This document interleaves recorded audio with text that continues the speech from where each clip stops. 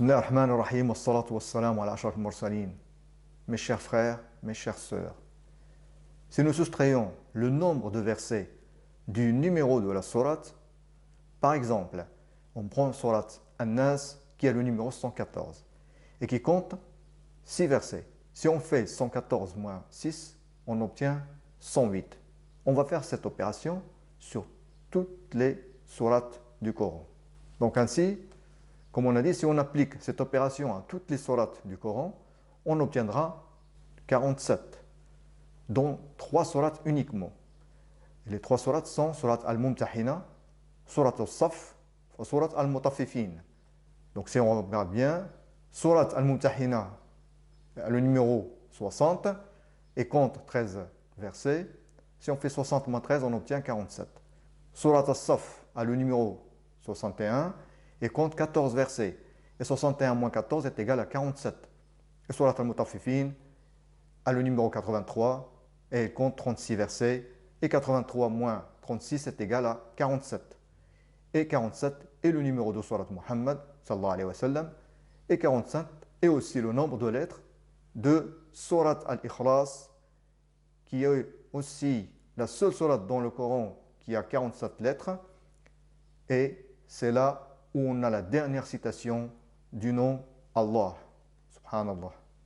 Pour plus de certitude, on va prendre le nombre de versets ainsi que le nombre de répétitions du nom Allah dans les 3 sourates. Donc, dans sourate Al-Mumtahina, le nombre de versets est 13 et le nom Allah s'y répète 21 fois. Sourate As-Saf, elle compte 14 versets et le nom Allah s'y répète 17 fois.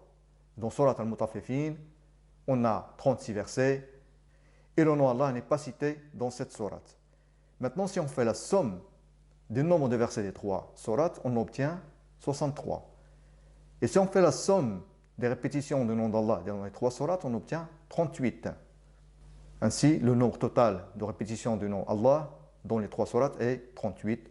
Et 38 est aussi le nombre de versets de sourate Muhammad sallallahu alayhi wa sallam. Et le nombre total de versets des 3 sourates est de 63 versets. Et 63 est aussi l'âge du prophète Muhammad sallallahu alayhi wa sallam. Maintenant, on va faire l'opération suivante. Si nous disposons le numéro de sourate et le nombre de versets de 2 façons, par exemple, si on prend sourate Al-Mumtahina, qui a le numéro 60 et qui a 13 versets.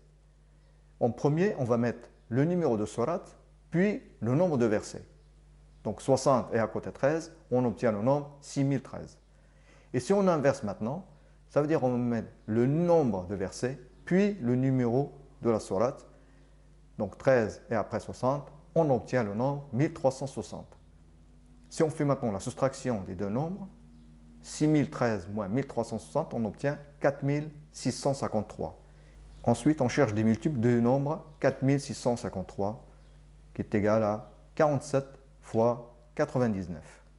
Si on applique cette opération à toutes les sourates du Coran, on ne trouvera ce résultat que dans les 3 sourates déjà citées. Donc le résultat, 47 fois 99. Donc observons maintenant.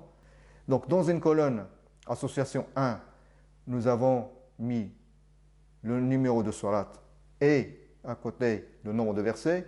Dans l'association 2, nous avons mis le nombre de versets et le numéro de la sourate.